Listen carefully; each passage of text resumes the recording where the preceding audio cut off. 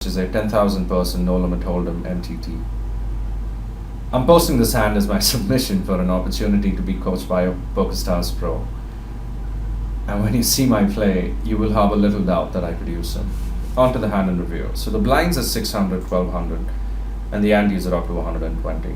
Player 1 and 4 are sitting out, which isn't obvious in this video, but this is common in these free rolls, so slightly controversial. So some background. For the last 10ish hands, I'd watched everyone on the table fold, including me, except villain 3 and 5, who were aggressively going at it for the blinds, min-raising and betting if they made pairs post-flop.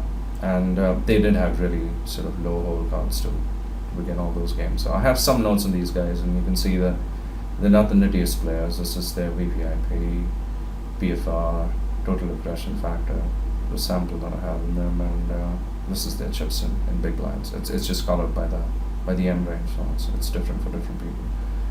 So you can see both these guys aren't really the tightest people, and I've seen them being quite aggressive in the last 5 or 6 hands, and they've seen all of us fold. So I know they're gonna be aggressive.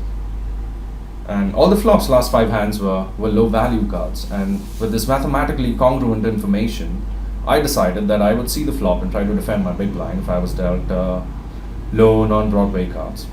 So I get a 6-7 offsuit, which holds about 11% equity in my position pre-flop, and was quite happy to see the same 2 players limp in, and I called to see the flop.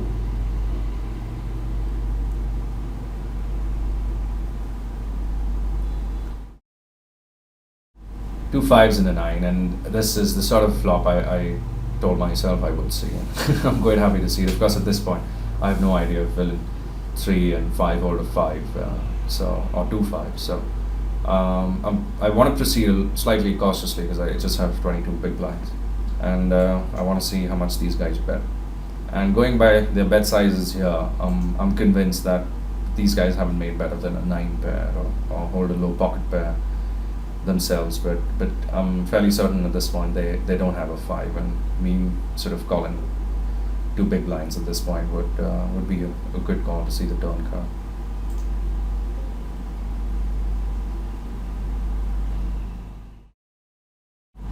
And I see the 8 and complete my straight, giving me about 83% equity at this point. So now I'm just value betting. I bet about half the pot, and I wish I had more chips so I can get more out of them, but to my surprise, villain 5 shoves, I believe, and I get as much as I could out of that.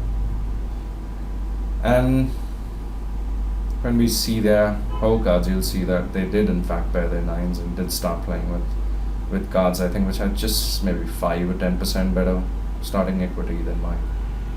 And I did win this spot, but I usually lose these, and I just thought this might make for an interesting hand review. So thanks for watching.